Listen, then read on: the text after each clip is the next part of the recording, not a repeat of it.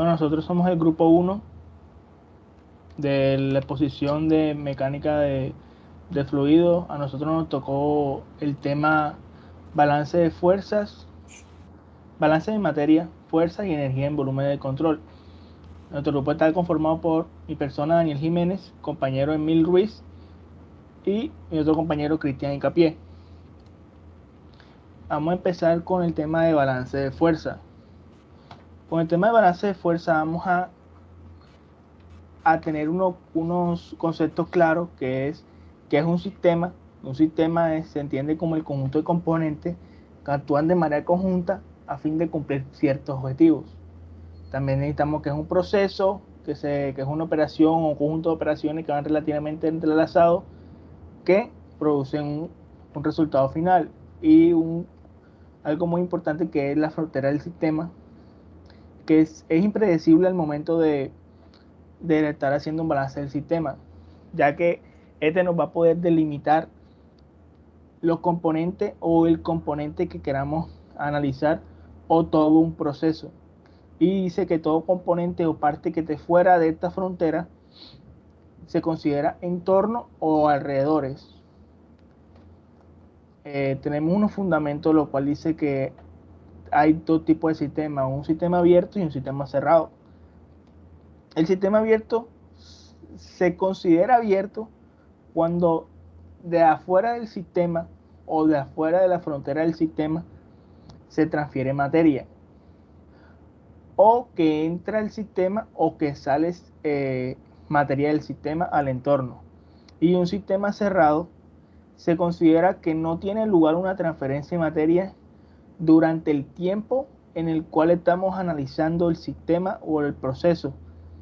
Es decir, no sale materia ni entra materia fuera de la frontera del sistema. Ahora entramos en lo que es ya el balance de materia. El balance de materia simplemente es la aplicación de la ley de conservación de la masa, que es que la materia no se crea ni se destruye.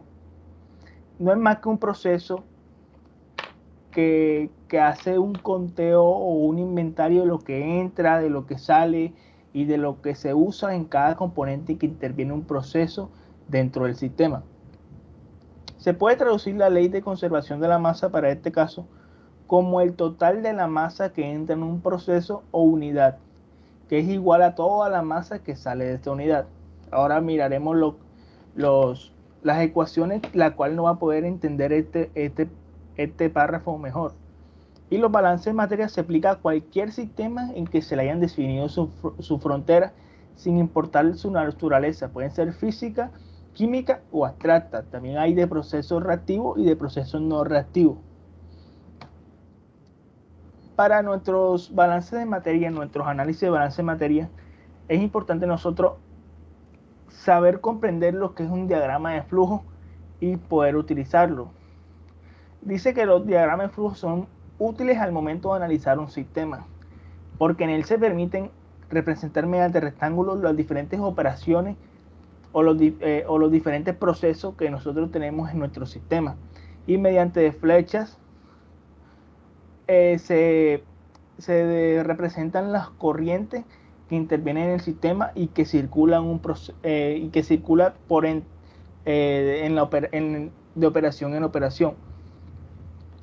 Aquí tenemos un pequeño ejemplo de algo sencillo, lo cual tenemos un mezclador, un reactor y un condensador. Podemos ver que la línea azul punteada de afuera es la frontera del sistema. La línea, las líneas rojas, la línea punteada roja, son las unidades de procesos individuales. Tenemos tres procesos, que es mezclar, un proceso de reactor y un proceso de condensación. Por eso está así y se puede analizar de manera individual. Y tenemos la línea punteada verde, que podemos hacer combinaciones entre procesos. Aquí podemos ver un ejemplo, que hay un mezclador reactor y un reactor condensador, y podemos ver las líneas de flecha, las cuales nos dicen los componentes que intervienen en el sistema, que entran dos variables x y, pasan al reactor y del reactor sale una X, una Y y una Z. Y en el proceso de condensación nada más sale la Z. Y también desde ese proceso de condensación salen las variables X y otra vez a mezclador, porque en reactor X se origina la variable Z. Ese sería un pequeño ejemplo de lo que sería un proceso mostrado en un diagrama de flujo.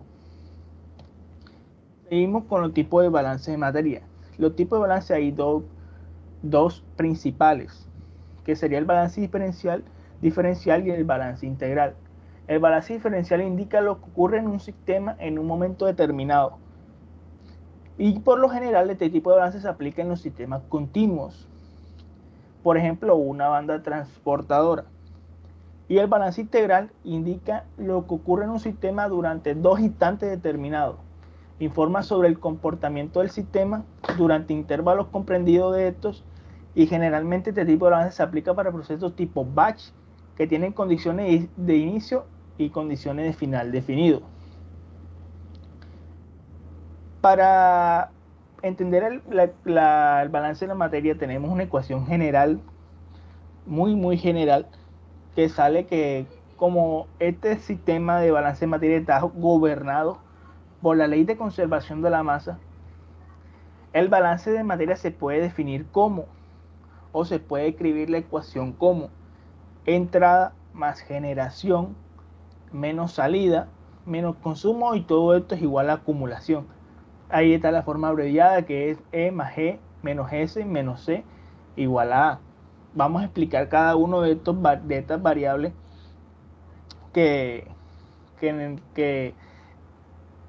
forman esta ecuación general, que dice que la entrada se considera toda la materia que entra o ingresa al sistema a través de su frontera. Eso para un sistema abierto.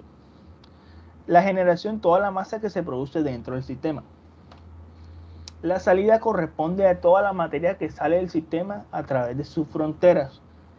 El consumo se refiere a la materia que se consume o se utiliza dentro del sistema, y la acumulación corresponde a la materia que acumula dentro del sistema. También tenemos, como dije antes, procesos reactivos en estado estacionario. Como podemos ver, esta es una ecuación general, pero dependiendo nuestro sistema o nuestros procesos, la ecuación puede cambiar o se puede adecuar al tipo proceso. Por ejemplo, para procesos en estado estacionario, una ecuación general de ese proceso sería entrada más generación menos salida menos consumo, todo esto igual a cero, cuando hay proceso reactivo. Y cuando no hay proceso reactivo, sería que la entrada es igual a la salida. Seguimos con un pequeño ejemplo de la ecuación general. Dice: se desea estudiar la población anual de conejos en un bosque, sabiendo que cada año llegan en promedio 1.230 conejos de otros sectores. Se van 1.580, nacen 9.305 y mueren 5.560 conejos. Con esto, con la ecuación general, tendríamos que esta ecuación que tenemos aquí, 1.230, que son los conejos que entran, recordemos la ecuación, tenemos los 9.305 que son los que nacen. Recordando la ecuación, sería la generación de conejos que se hace. 1.580 son los que se van, es decir, la salida. 8.560 serían los que mueren, es decir, el consumo de materia. Esto nos da una acumulación. Haciendo los cálculos sencillos, nos dan 395 conejos por año, lo que significa que anualmente la población de conejos aumenta en 395 individuos. Si el término de acumulación fuera negativo, es decir, que sea menos 395, se dice que hay una pérdida o una disminución de individuos o de materia. Paso para resolver un balance de materia. Se sugiere seguir una serie de pasos para poder realizar de manera clara un problema de balance de materia. tenemos como primer paso leer y entender el enunciado del problema, a fin de determinar qué información es suministrada explícitamente, cuál es indirecta o implícita y qué variable o variables deben ser calculadas. Tenemos dibujar el diagrama de flujo, representar todas las corrientes o flujos con letras o símbolos entendibles, como vimos en el primer ejemplo. Tenemos seleccionar la base de cálculo de tiempo o masa, así como las unidades de trabajo que se utilizarán para las variables y parámetros del problema. Analizar el número de incógnitas y ecuaciones por unidad de proceso y o en forma global. Eso dependiendo cómo nosotros hayamos escogido cómo analizar nuestro sistema. Ahí es donde nosotros vamos a decir qué ecuaciones y qué incógnitas salen de cada proceso del cual escojamos o de forma global, si cogemos todo el sistema completo. Ordenamos las ecuaciones de balance por número de incógnitas de mayor a menor y resolvemos las ecuaciones planteadas haciendo uso de la herramienta matemática conocida. Todo esto mis compañeros se lo van a representar mediante ejemplos en las siguientes diapositivas. Así que dejamos con nuestro compañero Emil para que él explique el segundo tema y ejemplos de sistema de balances, que tienen mucho que ver con los procesos de fuerza, de volumen de control.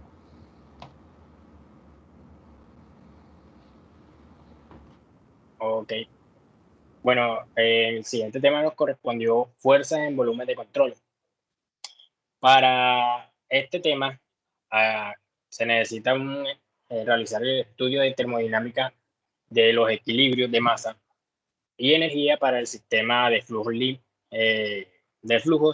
El límite del volumen de control puede ser envolvente o real o imaginario. ¿Para qué? Esto se puede utilizar más que todo un análisis de volumen de control, por ejemplo, para determinar la tasa del cambio de momento para un fluido.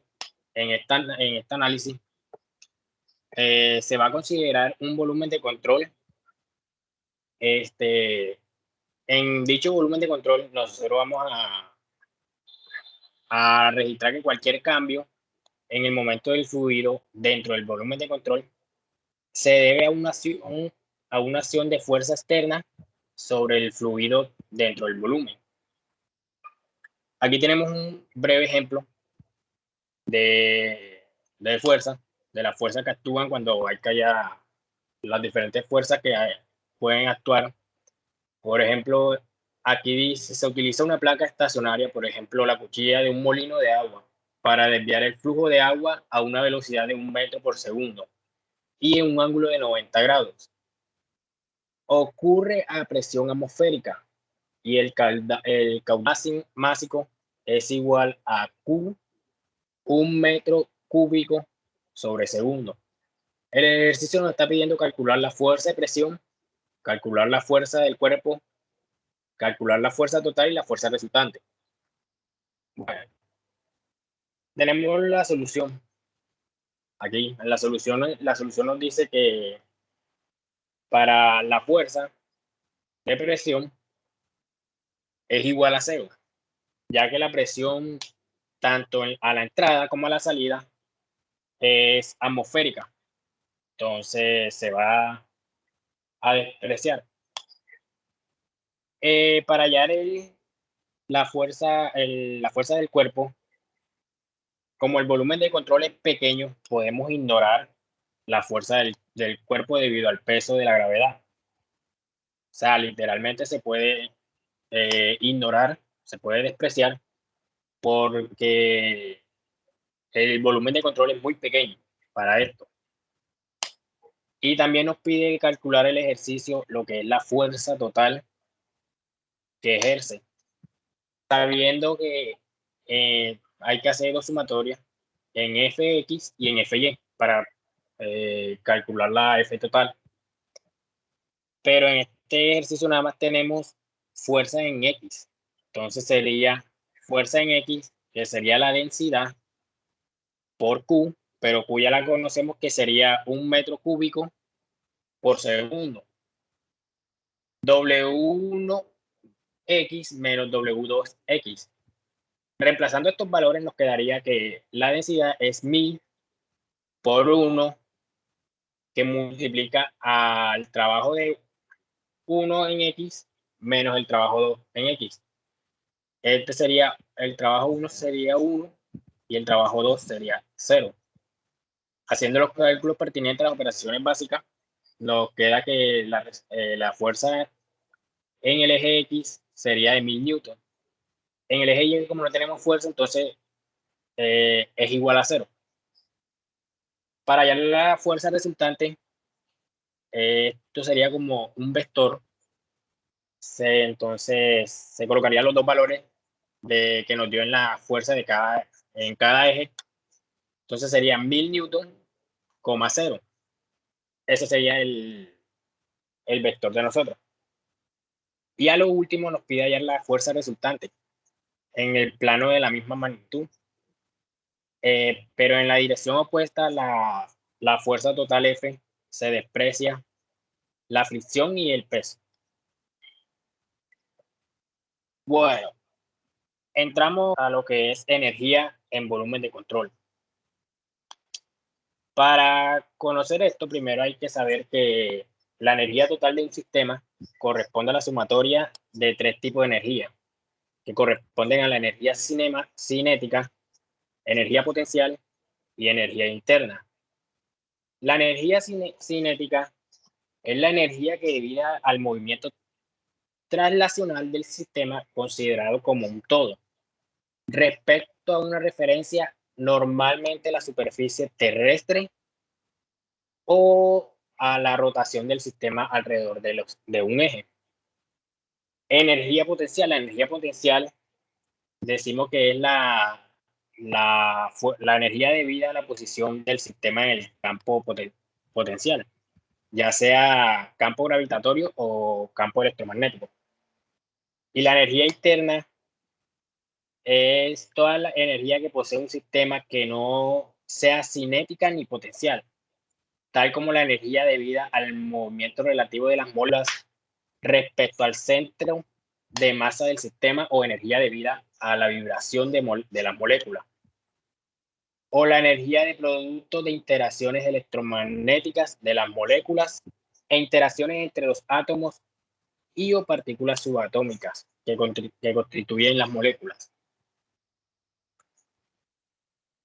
Entonces, continuando esto,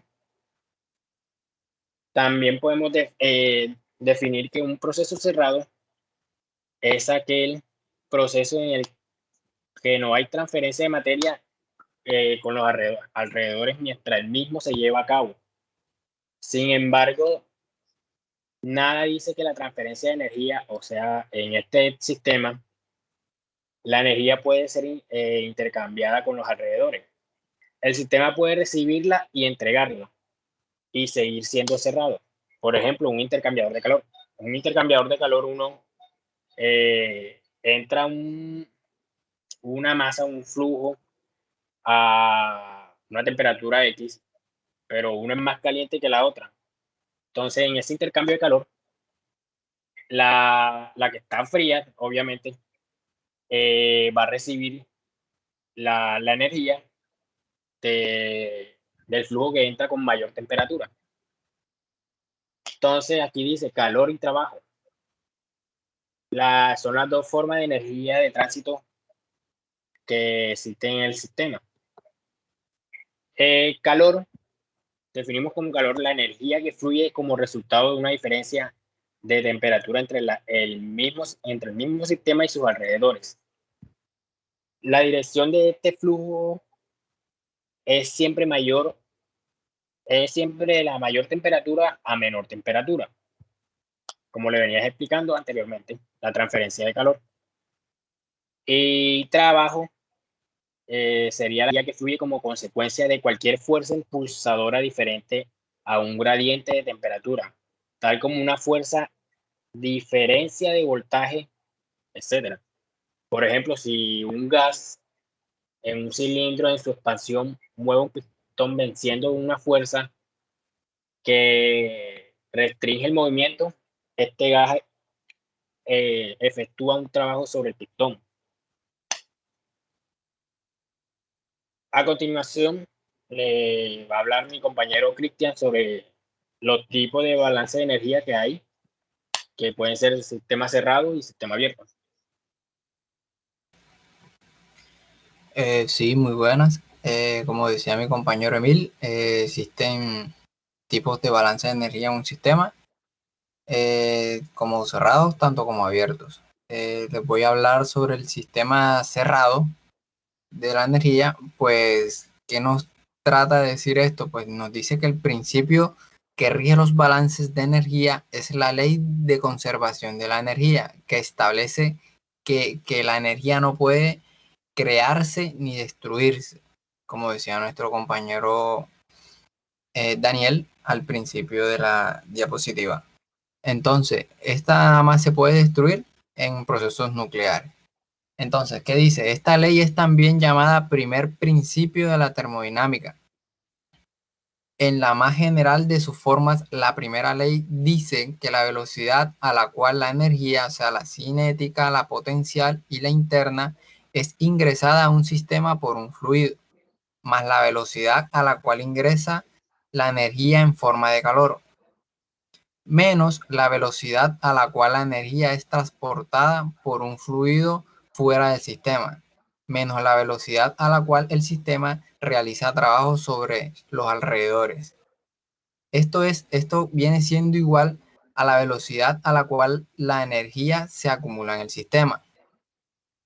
El balance integral, ¿sí?, de un sistema cerrado debe ser planteado entre dos instantes de tiempo.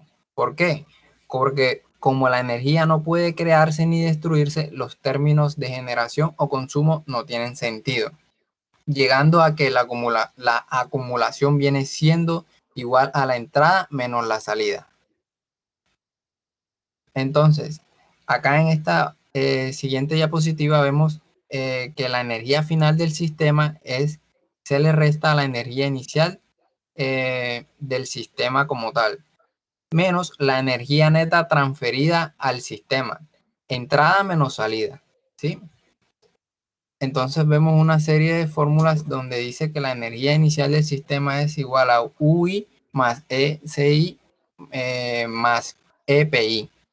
La energía final del sistema se representaría con la UF más la SF más EPF. Y la energía transferida viene siendo la Q más W.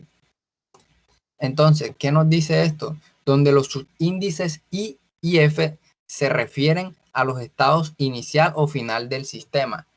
U, S, EP, EQ, Q y W, perdón, representan energía, la interna, la energía cinética, la energía potencial, el calor transferido al sistema por los alrededores y trabajo realizado por los alrededores sobre el sistema.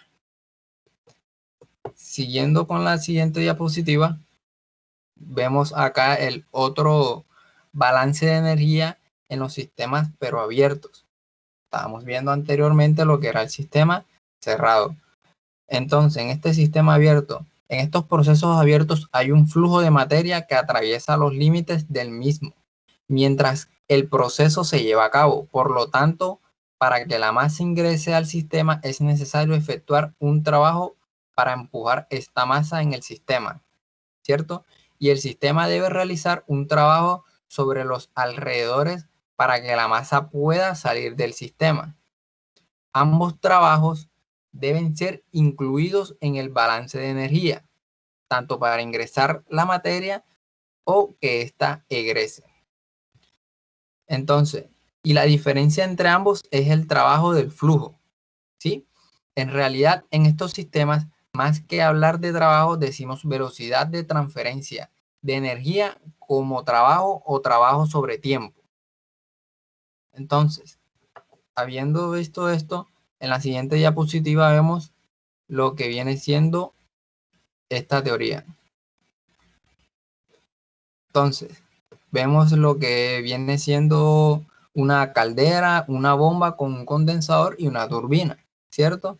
En esta ecuación vemos unas ecuaciones aquí que nos está aquí debajo de la imagen, nos está refiriendo que esta ecuación establece que un sistema abierto en estado estacionario, la velocidad neta a la cual la energía es transferida a un sistema como calor o el trabajo en el eje es igual a la diferencia entre la velocidad a la cual las cantidades, en este caso viene siendo la entalpía, la energía cinética, la energía potencial, son transportadas fuera y dentro del sistema.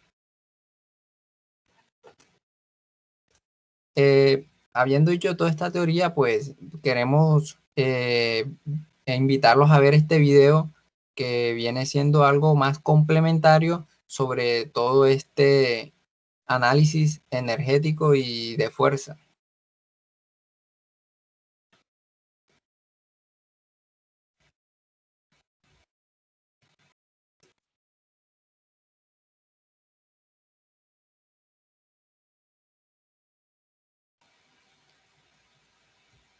Un momento y ya les colocamos el video con el audio porque no se nos está escuchando. Entonces ya resolvemos aquí un momentico.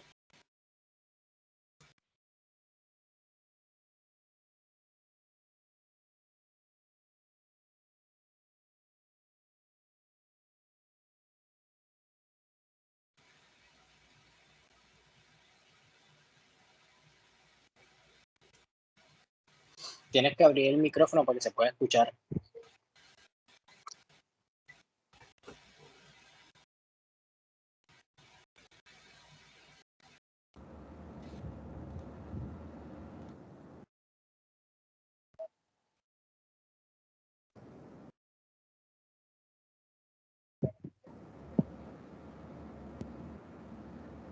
A la potencia mecánica que se le realice a ese sistema más la transferencia de calor. Recuerden que los signos más y menos aquí dependen. ¿De qué? De que si le estoy ingresando energía al sistema en forma de calor, este valor va a ser positivo. O si este sistema me está entregando calor a otro sistema o al medio, entonces esta transferencia de calor va a ser negativa porque ese sistema está perdiendo trabajo. Lo mismo acá. Si de acá yo desprendo una resistencia eléctrica, entonces del sistema está saliendo energía, está sacando potencia eléctrica. O si está, digamos, tengo aquí un eje para mover un eje y está por fuera, entonces por ahí está saliendo la energía, está entregando trabajo mecánico. Lo mismo si yo tengo un eje, pero ingresado dentro del sistema, entonces yo estoy ingresando trabajo al sistema. Recuerden entonces muy bien los signos positivos y negativos de estos dos parámetros.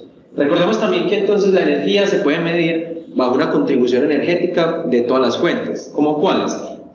Energía cinética, energía potencial e energía interna. ¿De acuerdo? Entonces todas estas tres juntas van a definir esto. Eso es para sistemas cerrados, recordando entonces el segundo capítulo.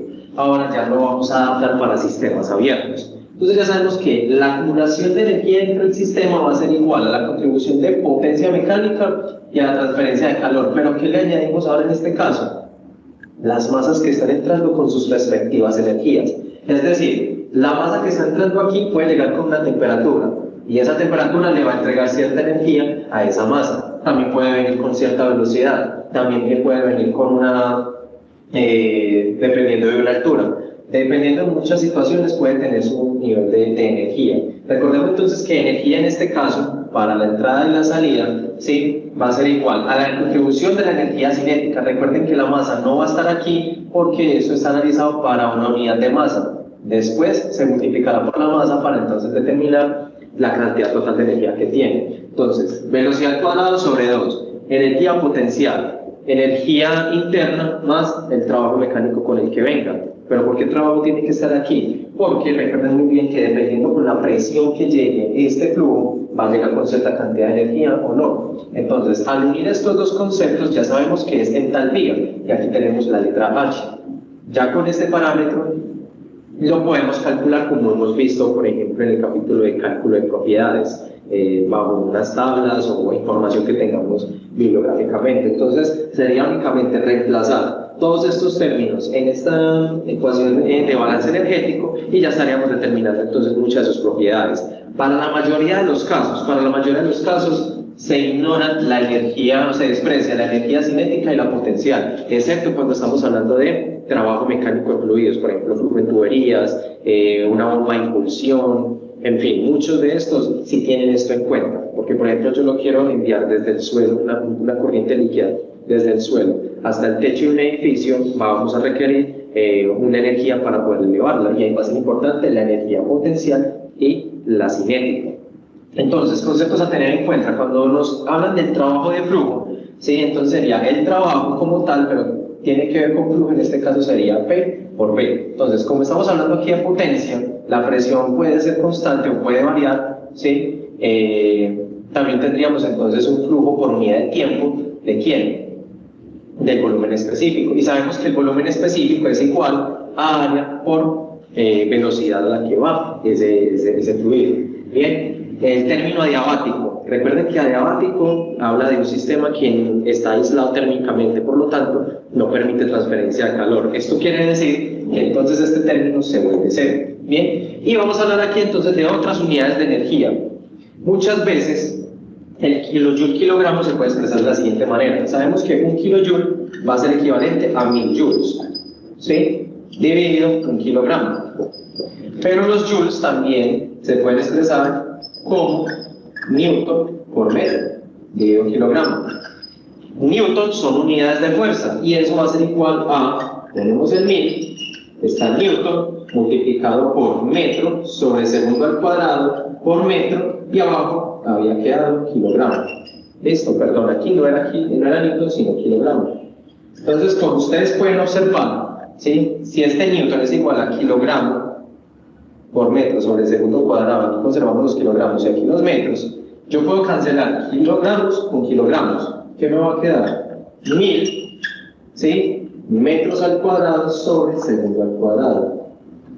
Recuerden entonces que cuando ustedes observen unidades de metro cuadrado sobre segundo cuadrado, también son unidades de energía, y haría falta multiplicarlo por la masa para saber entonces la cantidad energética total que hay dentro de un sistema, ¿sí? Entonces aquí ya queda demostrado que las unidades de masa al cuadrado sobre segundo al cuadrado hacen referencia a unidades de energía de kilojoule por kilogramo o de joule por kilogramo.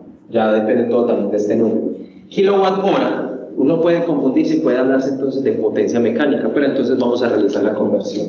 Sabemos que un kilowatt, ¿sí? Son 1000 watts.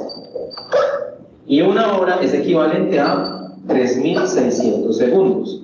Pero sabemos que un watt es igual a joule por segundo, multiplicado por 3600 segundos. Entonces, si yo cancelo aquí las unidades, segundo con segundo, estaríamos hablando de aproximadamente unos 3600 multiplicado por 1000, agrego 3 ceros, joules. Estaríamos hablando aproximadamente de 3.600.000 joules, o también en su efecto podríamos hablar de 3.600 kilojoules. ¿De acuerdo? Entonces, cuando observen unidades de kilowatt hora, también son unidades de energía y no es de potencia. Bien, eso se usa mucho, por lo menos aquí en el país de Colombia, para hablar del consumo energético, por ejemplo, en los gastos de los servicios públicos, ¿sí? Entonces nos hablan de, bueno, cuánto se consumió en una semana, en promedio cuánto se consumió en un mes, o respecto a otras viviendas, ¿de acuerdo?